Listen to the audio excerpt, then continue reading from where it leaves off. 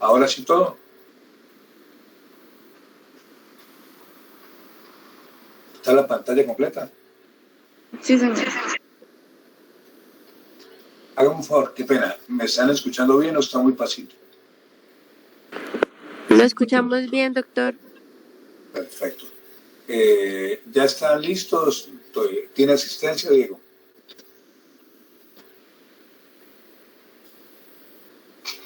Diego está dormido todavía hoy.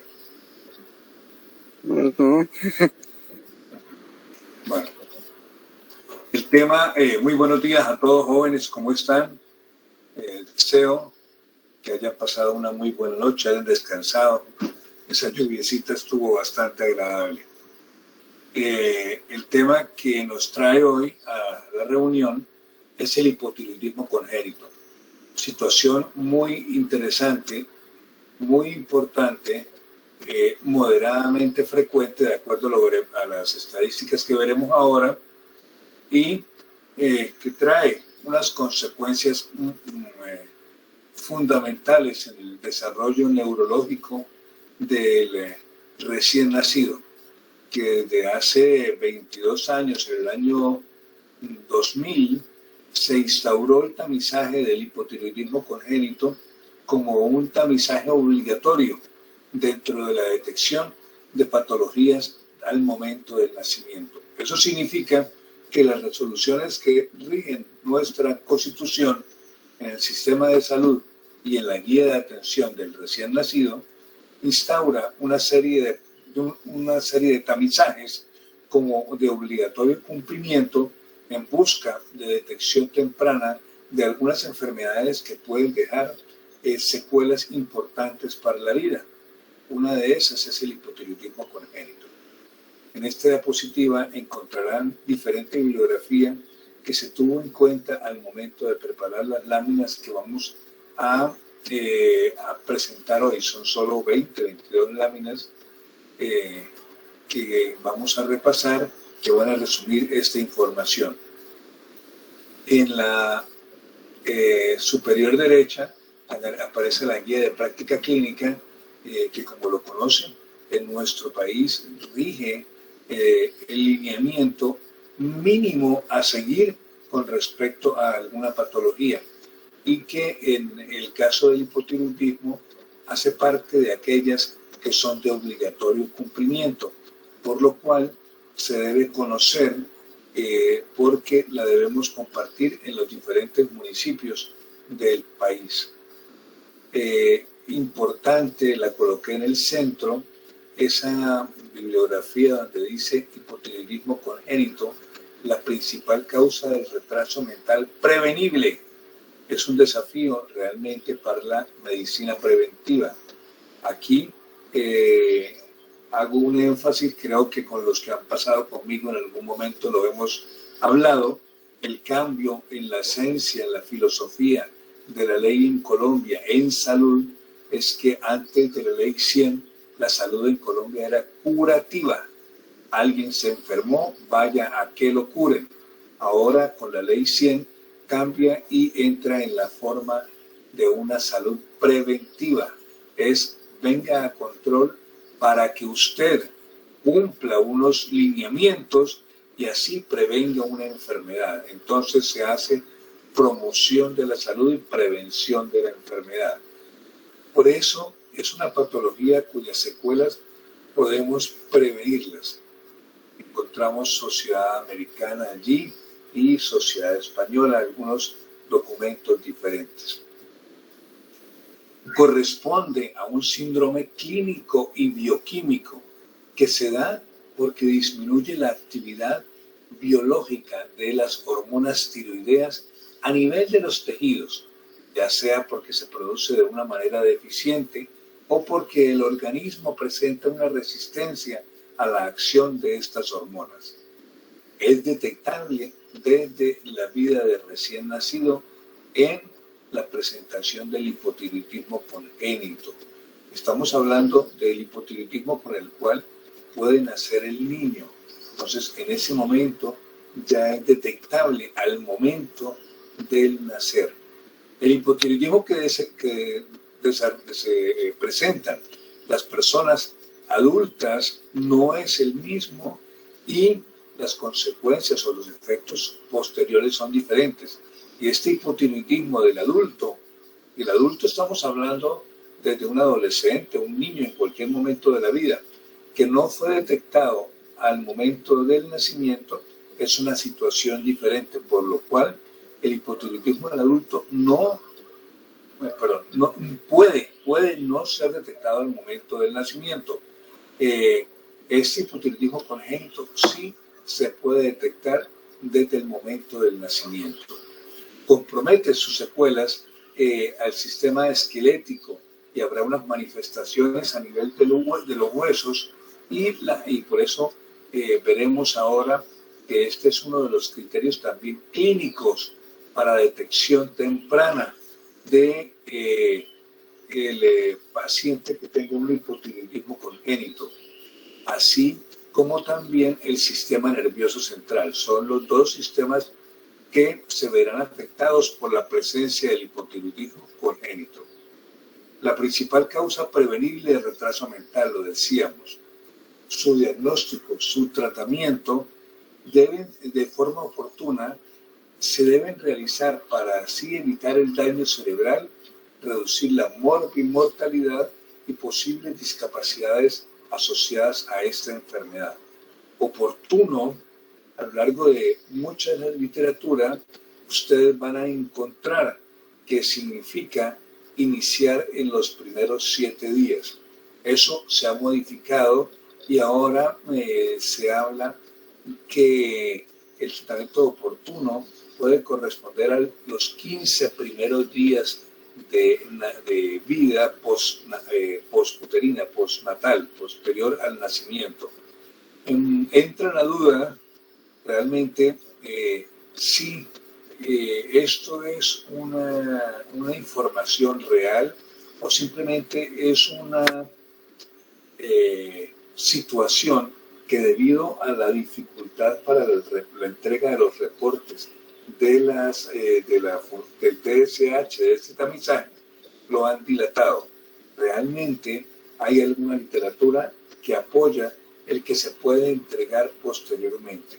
Cuando estén en su rural, por favor, ustedes deben tener claro cómo va a ser la mecánica para que la muestra tomada de forma adecuada, como más adelante les enseñaré, desde el nacimiento del bebé en ese puesto de salud hasta el momento en que tenga el reporte, ustedes tengan un espacio de tiempo que no sea mayor a esto.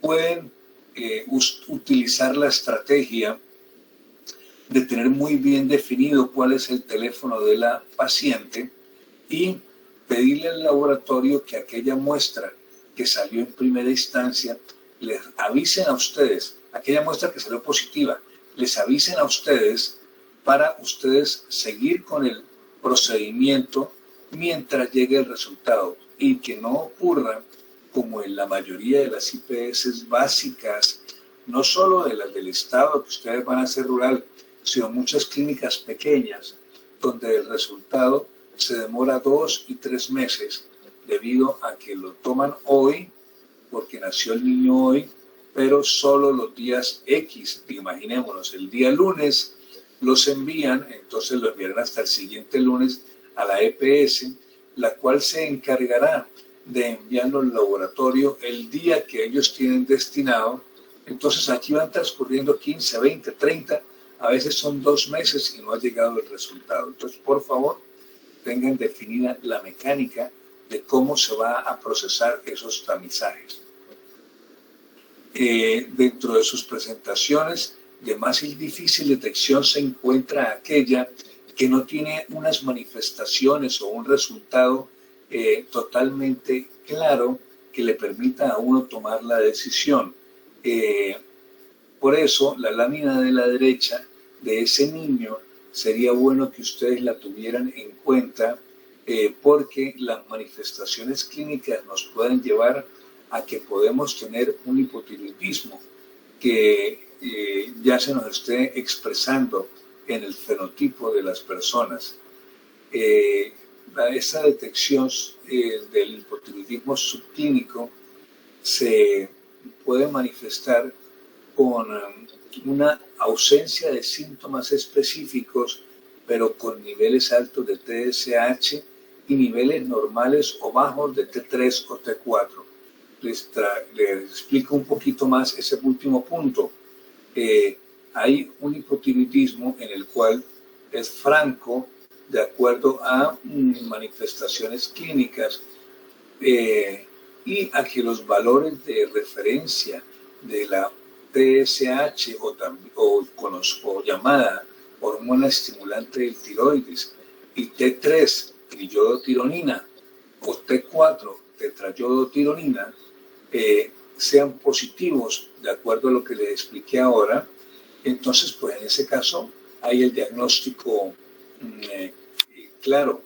Pero cuando el TSH está positivo, pero en el límite, el T3, T4 está normal o ligeramente bajo también en el límite y no haya alguna manifestación aguda, entramos a pensar que puede ser un hipotiroidismo subclínico y nos llevaría a definir si necesitamos o no iniciar el tratamiento. Pero ese paciente que está en la foto, donde vemos una fase que es un poquito tosca, donde vemos una lengua que es prominente, se conoce como macroglosia, que no alcanza a entrar en la boca y más bien se sale un poquito. Ese cambio en la piel, que va a ser una piel bastante seca, se llama cerosis, se escribe con X, no con S, pueden estar presentes en ese paciente una fontanela muy amplia, muy grande. Esas cosas que pueden estar allí los llevan a pensar que ese paciente puede tener un hipotiroidismo. Es la enfermedad endocrina más común en los recién nacidos, el hipotiroidismo congénito. Es la forma de presentación más común del hipotiroidismo en total, en general. O sea, de todos los tipos de hipotiroidismo que existen, la más común es el hipotiroidismo congénito, el cual a su vez es el trastorno endocrino más frecuente, para que estemos evaluando de qué se trata esta enfermedad, cuál es su importancia en la frecuencia, en la epidemiología. La prevalencia es de 1 por cada 3.000 recién nacidos vivos. Las manifestaciones clínicas al nacer se presentan en aproximadamente el 5% de los afectados durante el primer mes de vida. El 85% de los hipotiroidismos congénitos es de tipo esporádico. Eso lo veremos en una lámina posterior, donde vamos a encontrar que el hipotiroidismo puede ser congénito o adquirido, y ambos pueden ser esporádicos o transitorios y permanentes. Mientras que solo el 15% es hereditario. Entonces, el 85% de las veces el hipotiroidismo congénito es esporádico, mientras que un 15% es hereditario. El 85% de los casos obedece a una disginesia, acción en el desarrollo del tiroides, siendo la ectopía, o sea, ubicación fuera del sitio habitual, la forma más frecuente y la causa más común de esta enfermedad. En Colombia encontramos que corresponde al 50.5% su presentación en el sexo masculino, mientras que la incidencia mundial tiene un predominio femenino de 2 a 1 con respecto al hombre. Su frecuencia, 1 de 1.886 recién nacidos vivos y 1 por cada 2.000 recién nacidos vivos y 1 por cada 3.338. Eso corresponde a la incidencia de los niños en Colombia y por sexo. El país no cuenta con un valor concreto que indique la ocurrencia del evento. Tiene un rango aproximado de 1 en cada 2.500 a 3.000.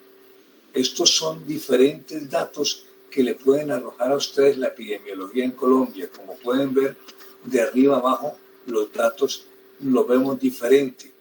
pero esto se debe a las diferentes informaciones que se obtienen y que no hay un dato concreto. Entonces, por ese motivo, podemos decir es frecuente, es la causa más frecuente de hipotiroidismo, es la causa más frecuente de una endocrinopatía, puede estar relacionado con esas facies que hablamos ahora, pero como tal no contamos con unos datos concretos. En Colombia, a diferencia del mundo, predomina en el hombre y no en la mujer, como es a nivel mundial su mayor presentación.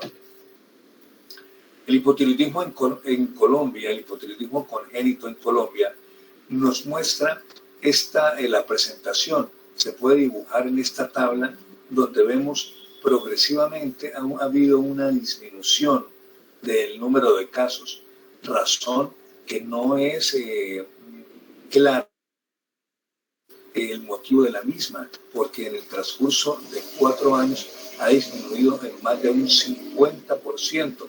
Serán muestras mal tomadas, como veremos más adelante, mal procesadas. Entonces tendremos que evaluar aquellas cosas que nosotros podemos hacer. 1, tomar la muestra en el momento en que es. 2, tomarla adecuadamente. 3, plasmarla en el papel filtro de la forma adecuada y hacer el trámite del procesamiento rápido de la muestra.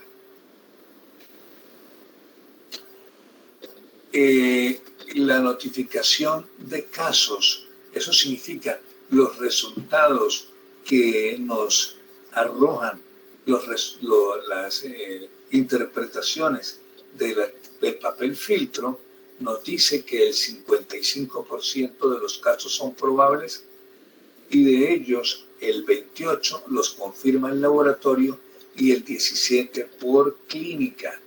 Entonces encontramos en esta lámina del Civigila del 2018 cómo existen un número de 550 casos donde se hizo el diagnóstico del hipotiroidismo congénito, de los cuales eran probables 304 y confirmados por laboratorio 152. En Colombia vemos cómo está la distribución por departamentos, siendo el norte de Santander uno de aquellos departamentos que tiene más baja prevalencia con respecto al hipotiroidismo congénito.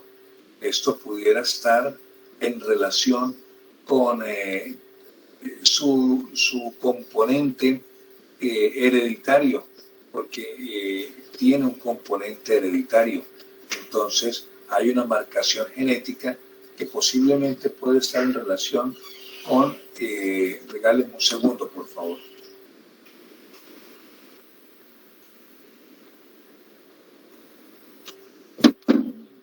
Joana, regálenme un segundo, por favor. Un momento.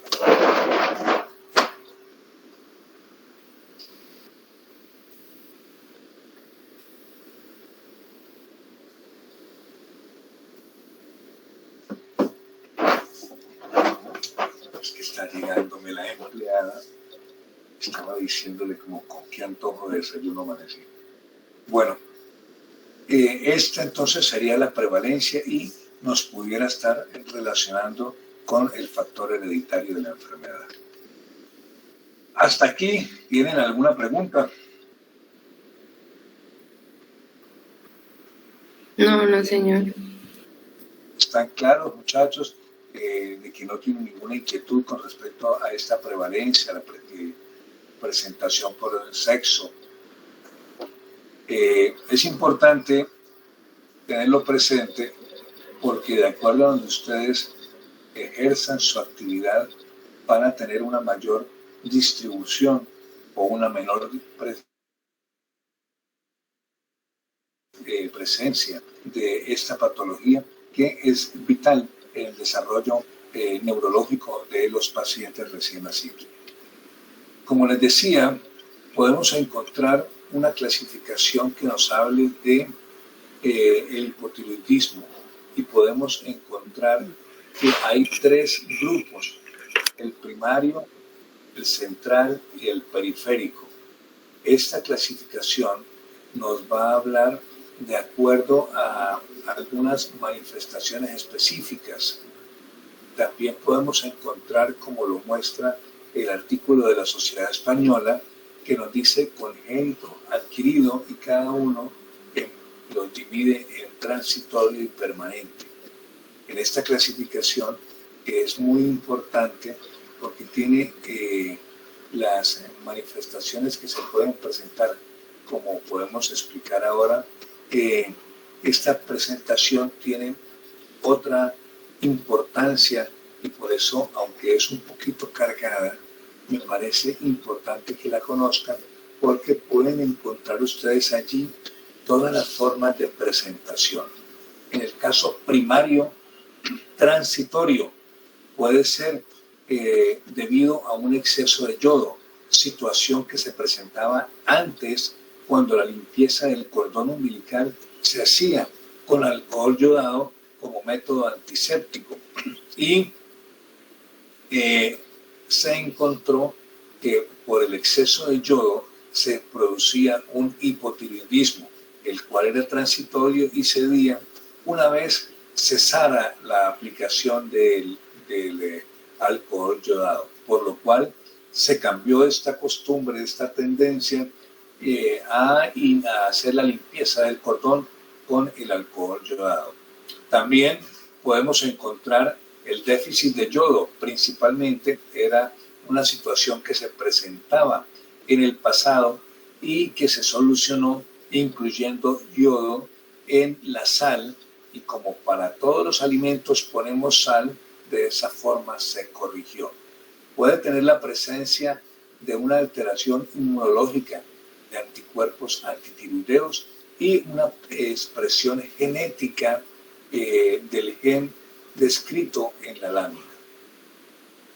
En el primario permanente podemos encontrar como etiología unas disginesias del tiroides, ya sea una agenesia, no tiene tiroides, una hipoplasia, que el tiroides está pero es pequeño, una ectopía, que es el tiroides está, puede ser de tamaño adecuado, pero está fuera de su sitio, y tiene expresiones genéticas como se lo estoy mostrando en la lámina.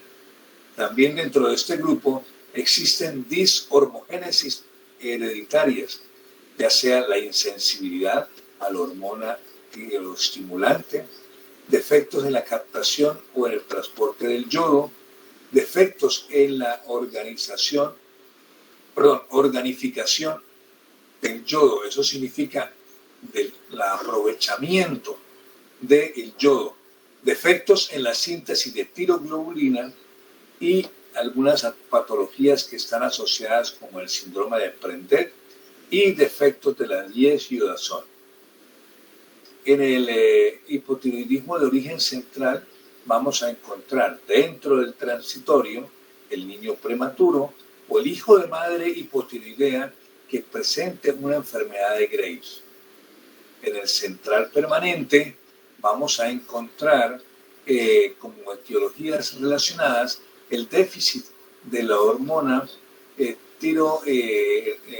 los receptores a nivel de la hormona tiroestimulante, la deficiencia aislada del TSH, ya sea esporádica o que tenga una base genética en la subunidad descrita, un panhipopituitarismo que puede ser hereditario genético, como está descrito allí los genes, o que puede ser esporádico.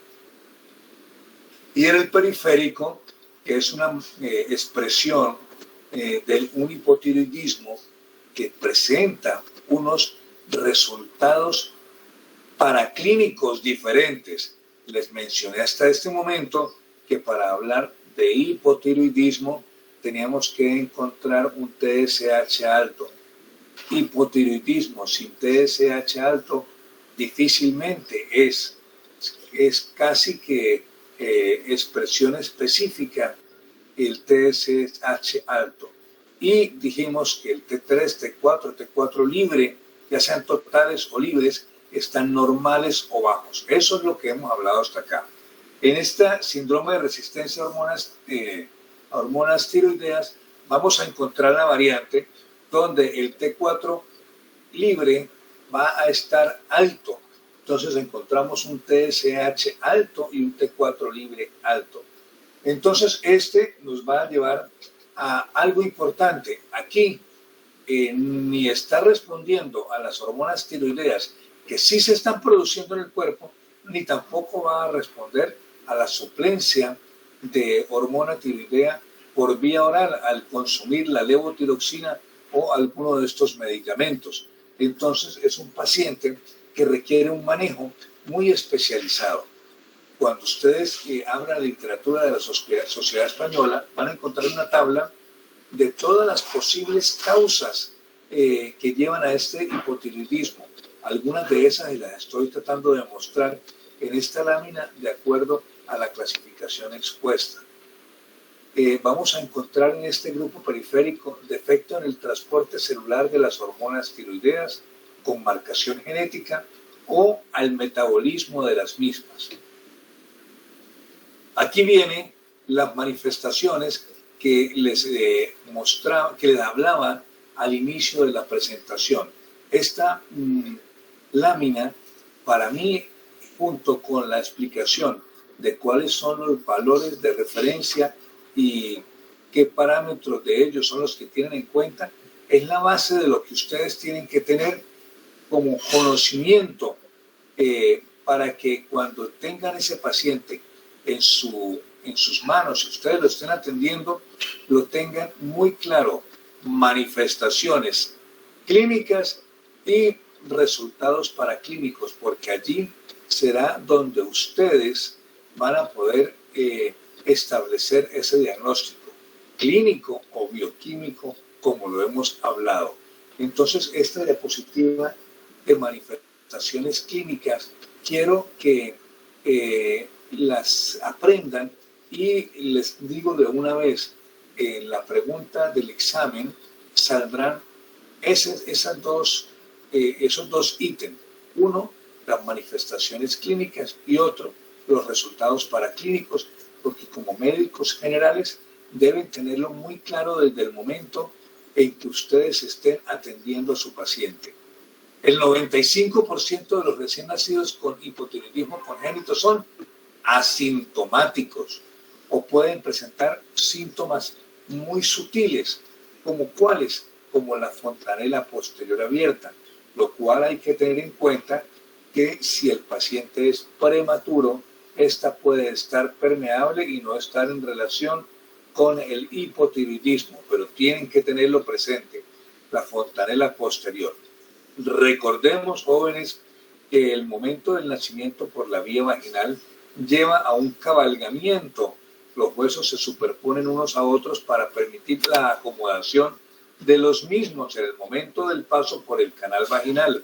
Por esto, al momento del nacimiento, pueden encontrar una fontanela pequeña o a veces ni palpable. Este no es el momento de definir que ese paciente tiene una fontanela permeable, por lo cual, por estrategia IAMI, debemos mantener hospitalizados por lo menos 24 horas todos los recién nacidos por la vía vaginal y 48 horas por la vía abdominal o cesárea.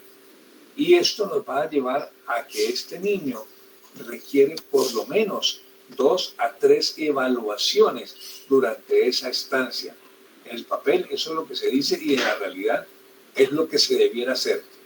No siendo así lo que realmente cumplimos debido al número de pacientes que hay.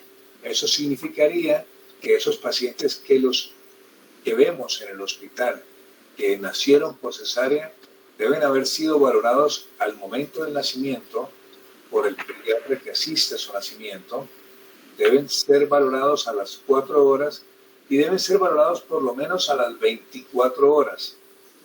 Entonces allí vamos a encontrar que el cabalgamiento óseo ha cedido y allí podremos palpar de forma adecuada las fontanelas. tenemos que descartar patologías, como lo he dicho, la prematurez o la hidrocefalia, donde por el aumento de volumen intracraneal, los huesitos van a estar separados y van a ser palpables las diferentes suturas. A nivel clínico, podemos ver la hipotonía, vean la lámina superior derecha, donde al niño le sostienen en esta posición ventral y él está totalmente hipotónico, cabeza y extremidades están relajadas.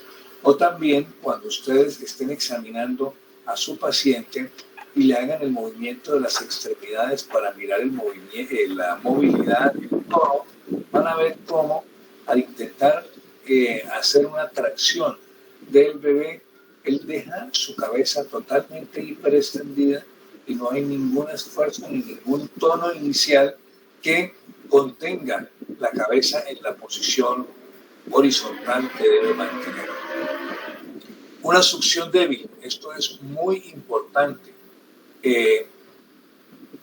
Todos decimos está comiendo, pero no estamos evaluando cómo está haciendo la succión.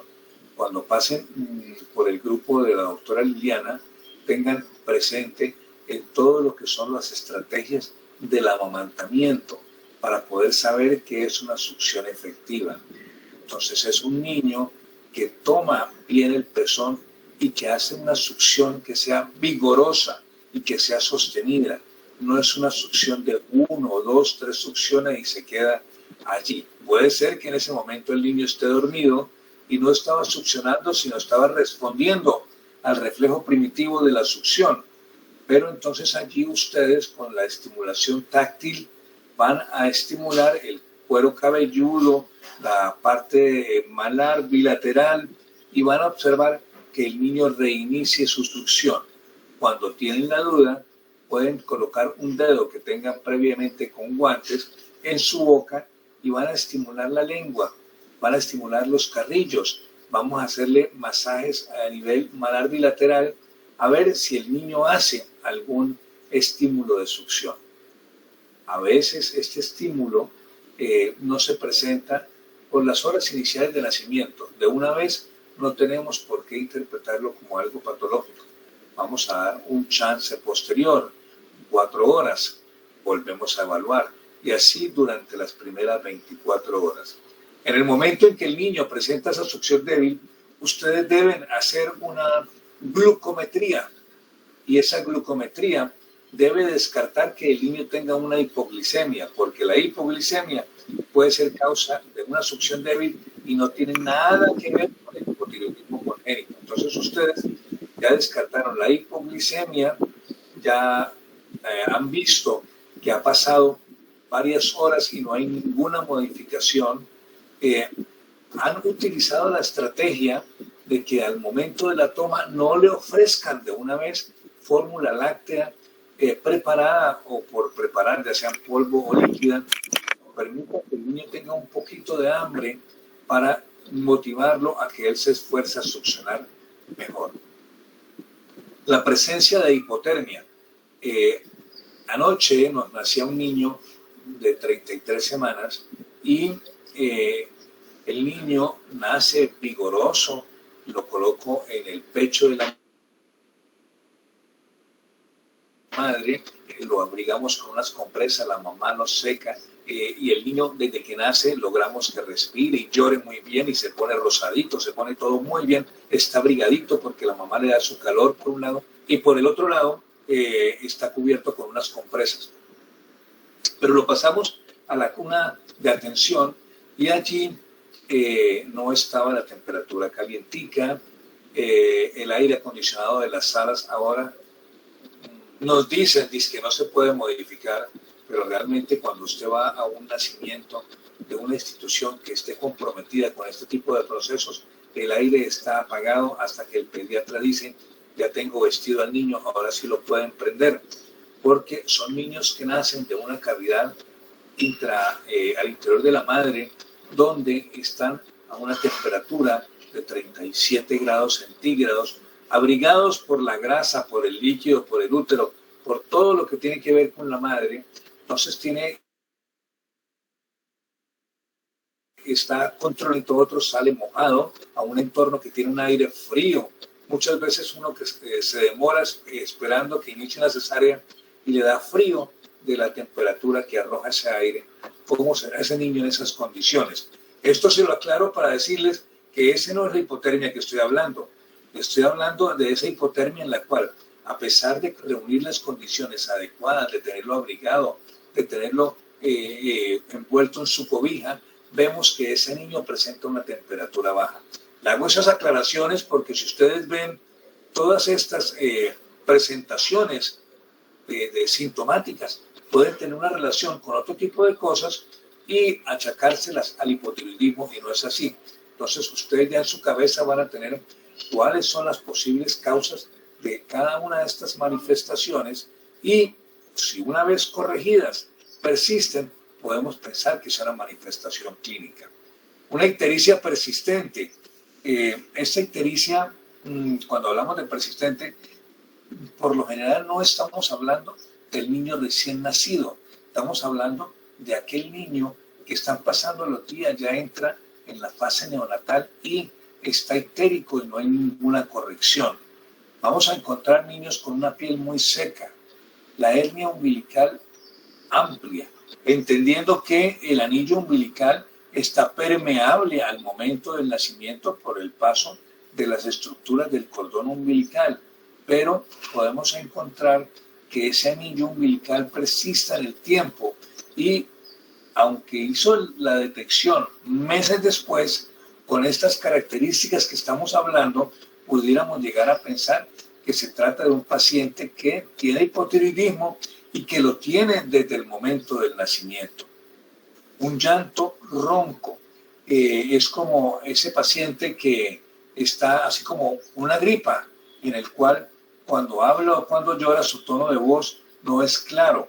Tenemos que diferenciarlo de una laringomalacia que produce un exterior. Aquí estamos hablando de un llanto que nos da la impresión de que ese niño tuviera un resfriado. Nada tiene que ver con el proceso respiratorio infeccioso. Como vemos en la nariz, sobre todo de la inferior, vemos una nariz que es un poquito más ancha de lo que debemos esperar de un recién nacido. Si estuviéramos viendo esta nariz en un niño más grande, pues le entrarían uno las dudas. Pero en ese recién nacido la presencia de esta nariz ensanchada no es la frecuente. La lengua, como la estamos viendo en la foto inferior, prominente, y un mixedema. A la exploración vamos a poder encontrar alteraciones respiratorias como disnea, dificultad para respirar, bradicardia, entendiendo que en los niños recién nacidos una bradicardia es una frecuencia inferior a 100, una talla baja. Ayer veía en el hospital, en el piso 5, si hoy rotan por allí, por favor vayan y lo ven, un niño que lo habían dejado inicialmente porque a nivel prenatal le habían encontrado una hidronefrosis. La hidronefrosis puede ser fisiológica y esta hidronefrosis fisiológica corrige desde que el niño esté orinando bien, desde que sea unilateral, desde que sea leve, se puede manejar ambulatoriamente con un manejo expectante, diferente de la hidronefrosis que vaya a ocasionar una dilatación bilateral severa y que haya una causa obstructiva. Entonces, en ese paciente se hicieron los exámenes y la hidronefrosis ya corrigió de bilateral a unilateral, pero al revisar la historia encontré que era un niño a término y con una talla de 45 centímetros. Entonces, hasta ahí uno diría a una talla baja, pero cuando se va a las gráficas va a encontrar que está por debajo de 2 desviaciones estándar. Entonces ya es una talla baja que es patológica posiblemente. Aquí no entra en juego, es que la mamá es pequeña, es lo primero que le dicen a uno, la familia es pequeña. No, aquí no entra en juego, aquí estamos hablando de una talla baja o de una talla que al graficarla en las, discúlpeme la redundancia, en las gráficas específicas nos muestra talla baja, o sea, por debajo de 2 desviaciones estándar. Alteraciones en la línea media, eso puede ser labio hendido, labio leporino, paladar hendido, microftalmia, ¿sí? Un micropene puede ser la causa también, acompañado o no de la criptorquidia. ¿Quién me dice qué es criptorquidia? Hablemos del monitor. ¿Qué es criptorquidia?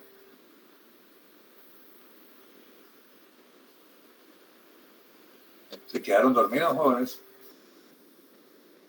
Ay, sí, usted defiende al monitor porque quedó dormido usted, joven, ¿no? Diego, ¿qué pasó? Ay, lo pillamos fuera de base. ¿Quién me respondió? Es que no veo la lámina porque la tengo extendida. ¿Quién me respondió? ¿Cómo se llama? Laura, ¿qué es criptorquidia?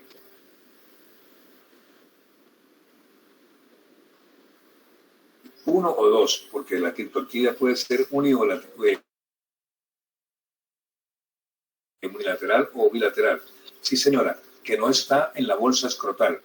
Puede ser que esté en un canal inguinal o que esté a nivel abdominal, pero la explicación es que no está a nivel de la bolsa escrotal. Cuando hablamos de micropene, Laura, porque creo que es la única que está despierta, tomó café, los demás se fueron a dormir, tenemos que tener en cuenta que algunos niños que son bastante gorditos, la grasa prepúbica puede disminuir el tamaño visible, pero cuando la rechazamos con la presión digital, la digitopresión, vamos a ver que el pene hace su aparición y ya dejaría de ser un micropene. Pero quien tenga realmente la presencia de un micropene con o sin criptorquidia puede ser una manifestación clínica, al igual que la presencia de hipoglicemias que no corrigen. Esto puede estar en relación con el hipotiroidismo congénito de origen central.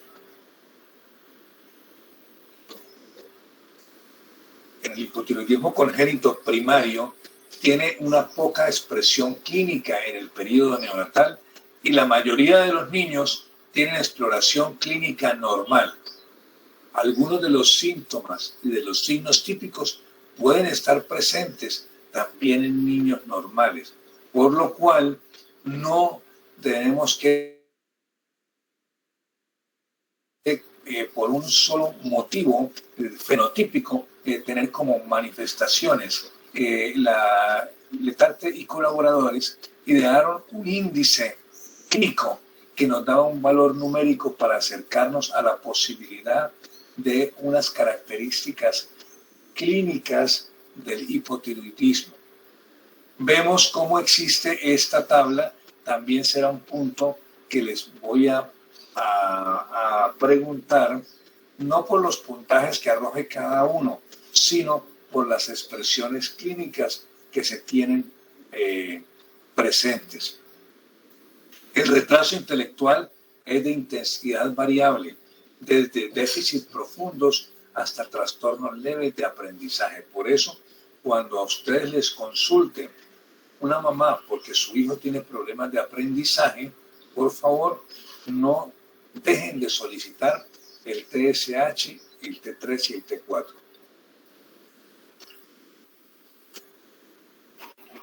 Cuando nace el niño, el tamizaje se obtiene de una muestra de sangre capilar por punción del talón del recién nacido y la colocación de las gotas a nivel de los círculos que aparecen abajo. Esta es la tarjeta para el tamizaje neonatal.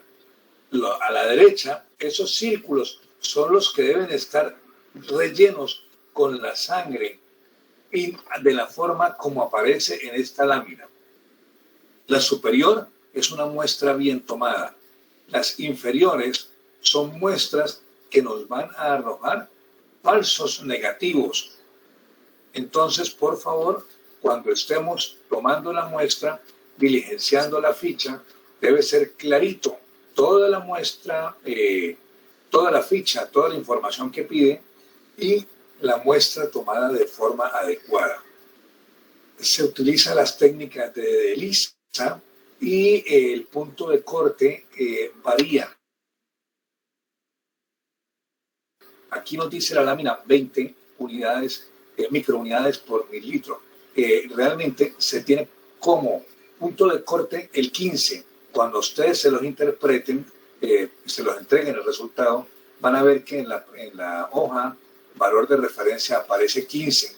Quiero que tengan presente lo siguiente: menor de 15, positivo, perdón, negativo. Menor de 15, negativo. De 15 a 50, sospechoso. Mayor de 50, confirmado. Entonces, ya menor de 15 no hay que hacer nada. De 15 a 50, si no hay manifestaciones clínicas y confirmatorias de TSH y T4 libre, allí no estamos iniciando tratamiento. Si está superior a 50, caso confirmado, se solicitan las pruebas, pero de una vez se inicia la suplencia con el medicamento. En el caso de falta del tamizaje dentro de las primeras 2 semanas de vida, debe realizarse el perfil tiroideo completo. ¿Qué significa? 1, que por razones sociales el paciente no asistió a su nacimiento en su IPS, sino en una zona, ya sea fuera de la frontera nuestra, que allá no les toman las muestras, o en una vereda, en un sitio donde el niño no tuvo asistencia médica para tomar la muestra y llega a su consulta 2 semanas después, no vayan a tomar la muestra del talón. Ya a ese niño le pide el perfil tiroideo completo, TSH, T3, T4. Y esto nos ayudará a poder hacer el diagnóstico. Por eso en alguna de las diapositivas les hablaba de características que podemos tener no en el momento del nacimiento, porque cada vez estamos viendo más neonatos que llegan a nuestras manos sin una asistencia médica adecuada previa, ya sea migración, ya sea nacimiento rural. La prueba definitiva del hipotiroidismo congénito es la determinación sérica del TSH y el T4 de la tiroxina total. O también puede ser la libre, cualquiera de las dos, entendiendo que la presencia de TSH alto y T4 total o T4 libre, normales o bajos, son los que se relacionan con el diagnóstico, ya sea total o libre, son los que nos van a arrojar que esté un valor normal o un valor alto. Laura, ¿está por ahí todavía o algún otro se despertó ya? Aquí estamos. ¿Hay alguien más por allí o nadie más? Sí, sí, señor. Sí, doctor. Esa señorita que está hablando, ¿cómo se llama? Gina. ¿Cómo duro? Gina. Mira, te hago una pregunta. Dijimos que hace un ratico que el síndrome de resistencia a hormonas tiroideas tenía un resultado en el TSH y en el T4 diferente al hipotiroidismo. ¿Cómo fue lo que mencionamos? Usted nos dijo que será diferente porque la TSH y la T4 van a estar elevadas. Perfecto, doctora, muchas gracias. Bueno, entonces el diagnóstico se confirma con la TSH alta y con la T4 total total o libre, normal o bajas. ¿Sí? Normal o bajas. Puede estar normal, jóvenes. Aquí les menciono baja porque eso es lo que dice la literatura, pero pueden estar normal o bajas. Se lo corrobora la literatura de la Sociedad Española, que ahí en una gráfica, perdón, en una tablita, un algoritmo que ahorita les voy a mostrar adelante, allí dice normal o baja. En Colombia solamente se realiza tamización universal para hipotiroidismo congénito en sangre de cordón. Entonces hasta aquí vamos a ver que lo que estaba descrito era muestra de talón y por eso van a encontrar en algunos lados muestra de talón como la literatura lo dice, pero en Colombia debido a la estrategia planteada por el ministerio se hace a través de la muestra de cordón y la cual se toma con una jeringa del cordón umbilical, de una de las venas del cordón umbilical, y se coloca una gota en cada uno de los círculos.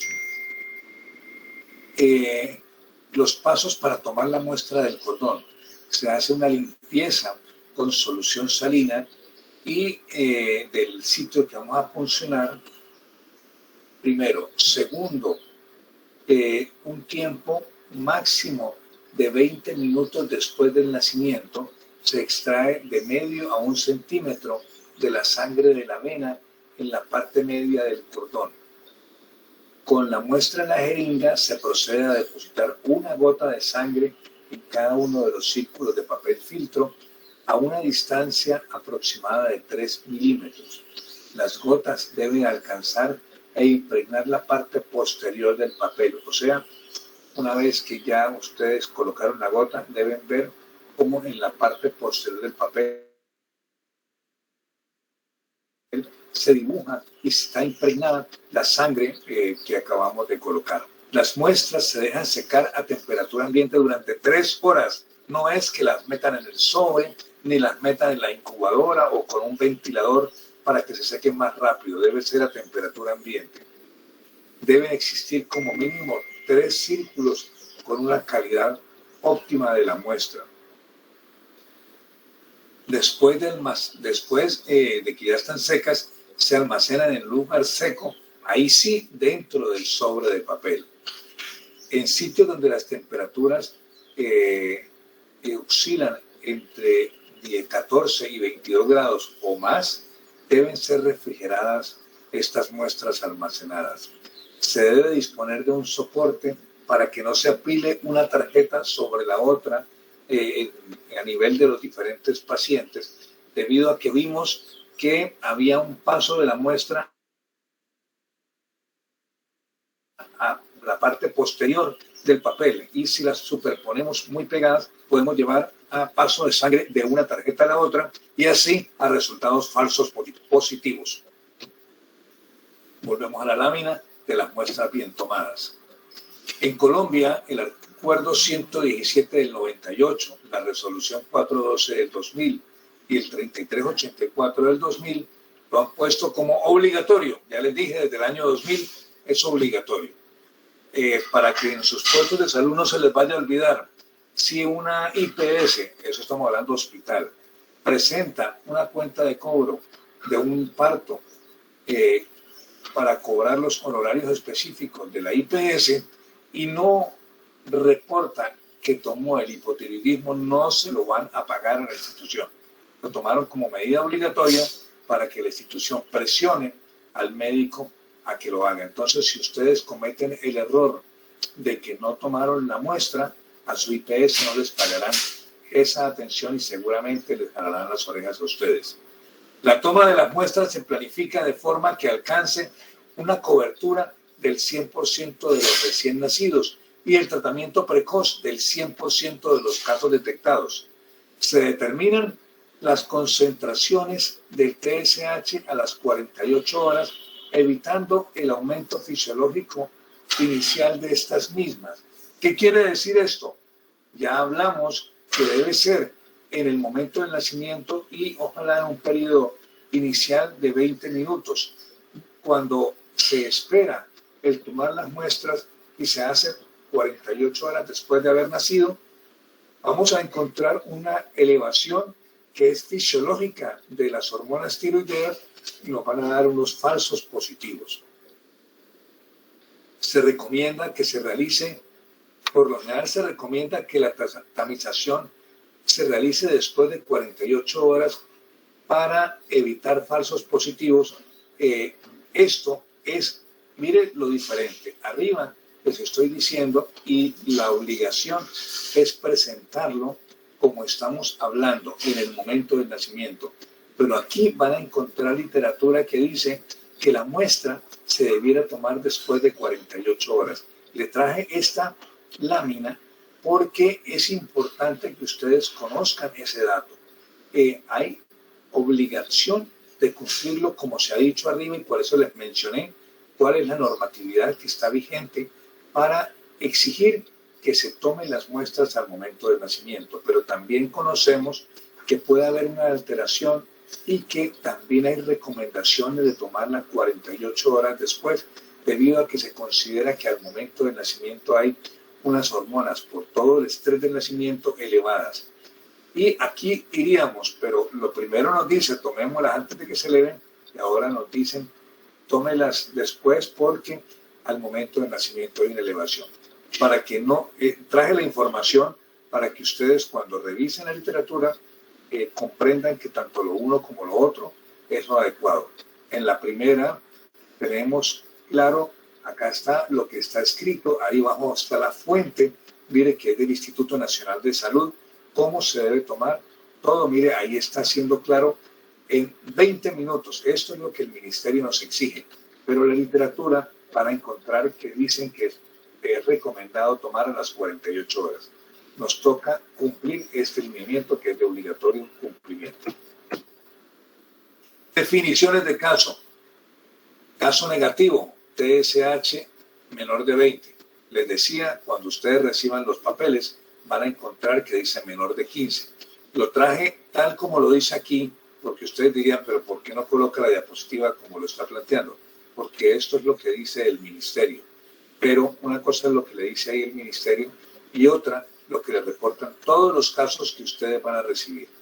Un caso probable es un TSH mayor de 20 cuando es sangre de cordón, pero de 15 cuando es sangre de talón.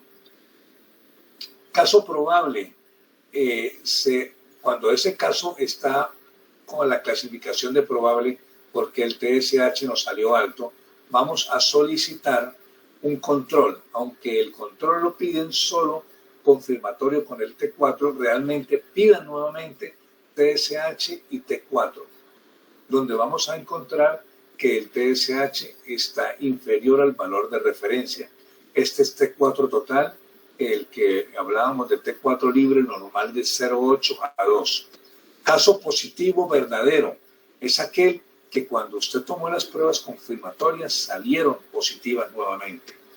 Caso positivo falso es cuando al tomar las pruebas confirmatorias salen normales y se descarta.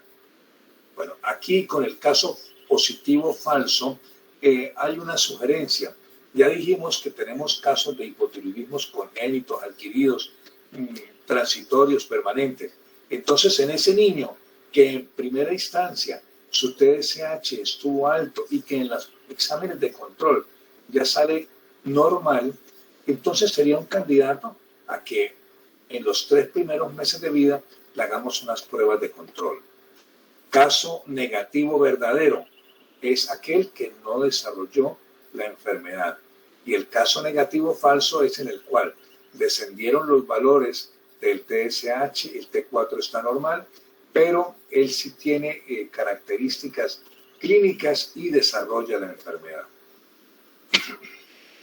Este es el algoritmo que les mostraba. Entonces vemos arriba cómo se mide T4 libre y TSH en suero. Empecemos por la izquierda. T4 libre bajo y el TSH normal o disminuido, un hipotiroidismo o un hipotálamo hipoficiario. Sería este tipo de hipotiroidismo.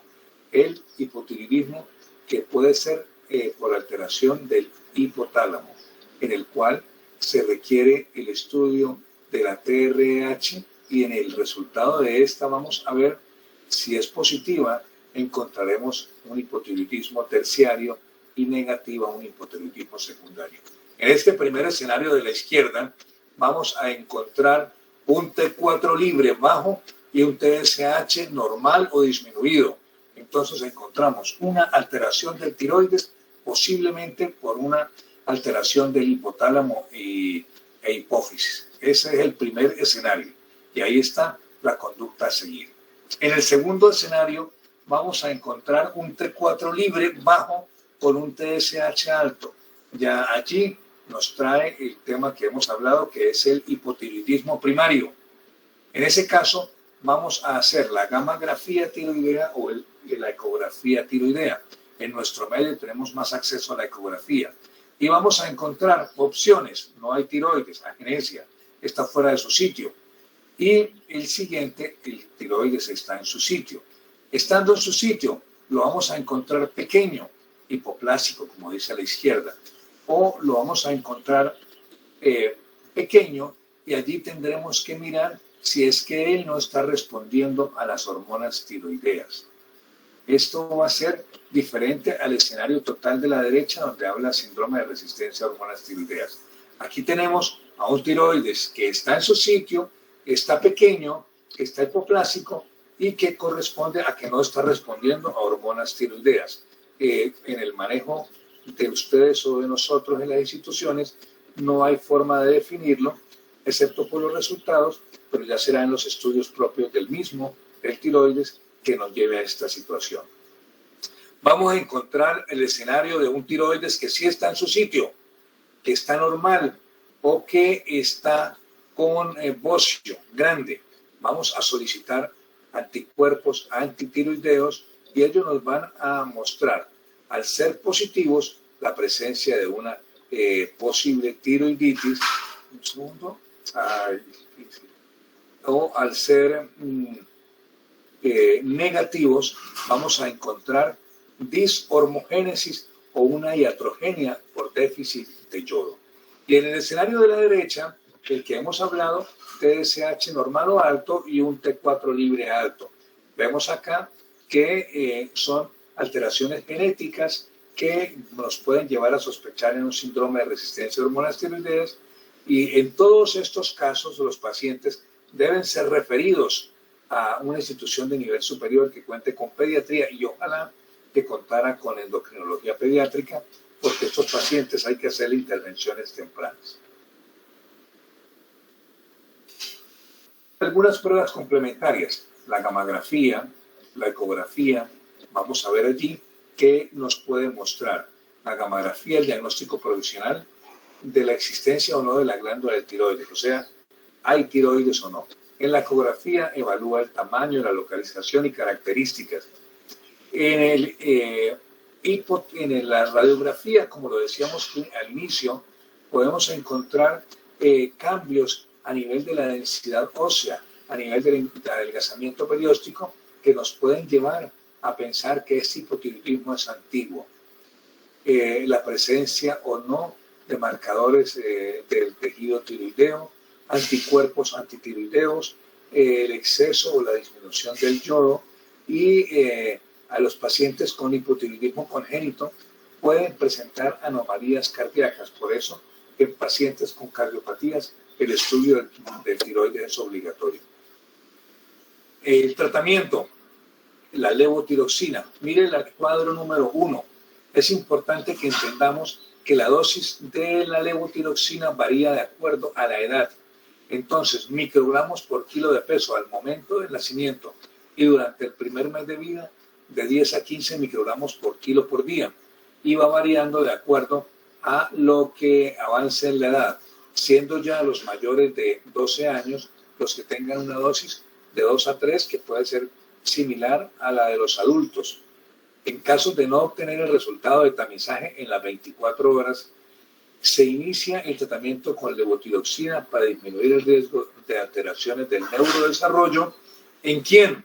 En el paciente que clínicamente nos está haciendo sospechar el hipotiroidismo. No es en los niños en general, porque ninguno de los niños va a tener el resultado en las primeras 24 horas. Entonces, aquel paciente que por clínica cumple los criterios que hemos hablado y no tiene usted rápidamente el resultado, inicia el tratamiento como está dicho. Si los resultados salen normales, lo suspenden. Si salen alterados, lo continúan. La recomendación de la Academia Americana de Pediatría para la evaluación clínica del paciente con hipotiroidismo congénito lleva a que se hagan revaloraciones entre 2 y 4 semanas, donde podemos, obviamente después de iniciar el tratamiento, cada 2 meses durante los primeros 6 meses de vida, cada 3 a 4 meses entre los 6 meses y los 3 años de edad, cada 6 a 12 meses en los mayores de 3 años hasta la edad de completar el crecimiento y cada 4 semanas después de cualquier cambio de dosis.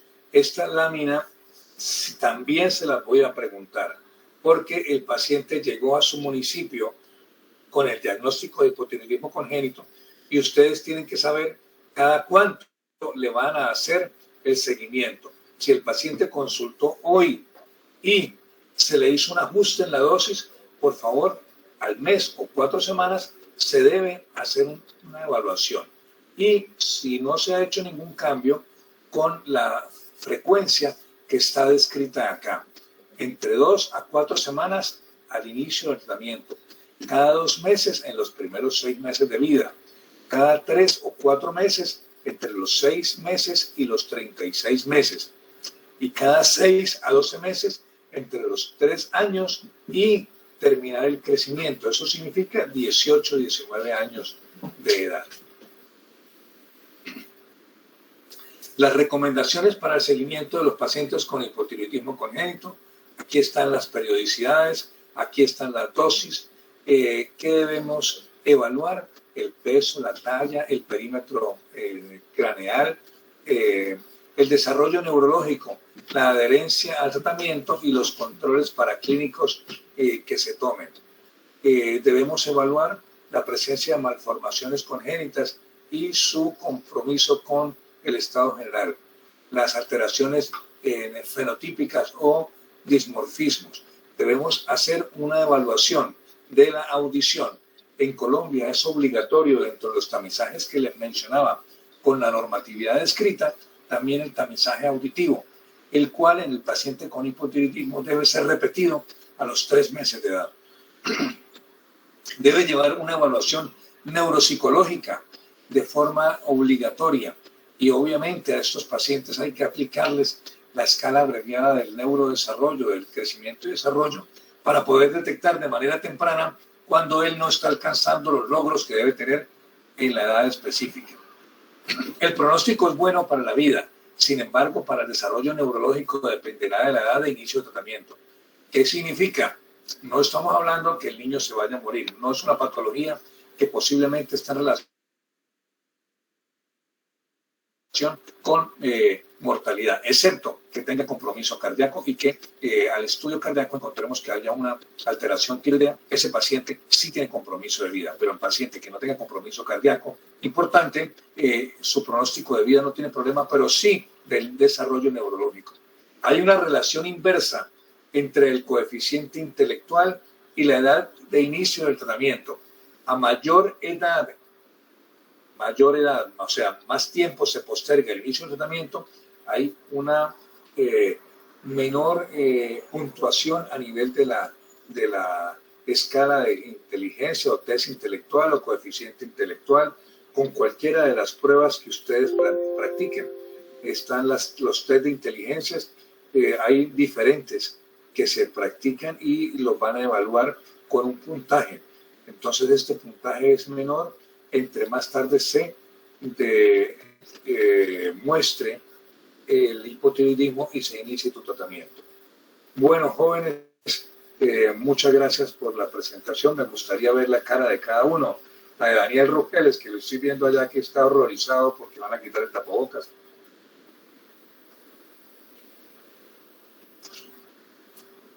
Ya un momento conecto la cámara. Ajá. Estefanía, ay, peinando a Estefanía. También ya me peiné antes de salir en escena, Estefanía. Hola, Angie, ¿cómo estás? Hola, Angie Yanis. Y Roxana Moreno, ¿cómo está? Hola, doctor, buenos días, bien. ¿Cómo amaneciste, Roxana? Bien, gracias a Dios. Andrea Auregui, ¿cómo vas? Hola, doctor, buenos días. Bien, sí, señor. ¿Cómo amaneciste? Bien, gracias. Laura, tú fuiste la que respondiste, ¿no? Bueno, Daniel, ¿por qué tiene esa cara de horror con el tapabocas y el esqueleto?